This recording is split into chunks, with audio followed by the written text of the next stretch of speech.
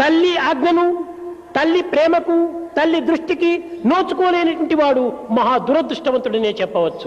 He is really unlucky one who doesn't receive any grace from the mother, nor looks, nor try to please her. అదే భారత యుద్ధమునందు జరిగినటువంటి మరొక ఘట్టం కూడాను మనం విచారించాలి. We should also think of another incident at the time of war of Mahabharata. కౌరవులందరూ కూడాను హతమారిన తర్వాత When all of them are killed, గ్రుడ్డివాడైనటువంటి ధృతరాష్ట్రులు Gandhari దుఃఖించుచుండగా వారిని ఓదార్చే నిమిత్తమై కృష్ణుడు వెళ్ళాడు.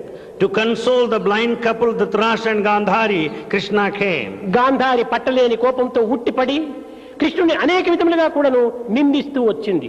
Gandhari was very angry and started accusing Krishna. Gandhari, నీవు చాలా పొరపడుతున్నావు. Said Gandhari, you are mistaken. పుట్టినప్పటి నుంచి నీవు ఒక్క కుమారుడైనా కన్నెత్తి చూచావా? Right from the times of birth, have you ever looked at one son?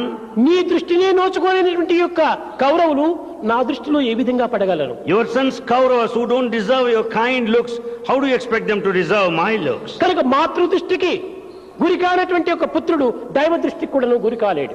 The son who doesn't receive the kind looks from mother doesn't deserve the kindness from the Lord. పవిత్రమైనటువంటి యొక్క ధర్మ సూక్తులు ఈనాడు భారతదేశం నందు నిర్మూలమైపోయినది.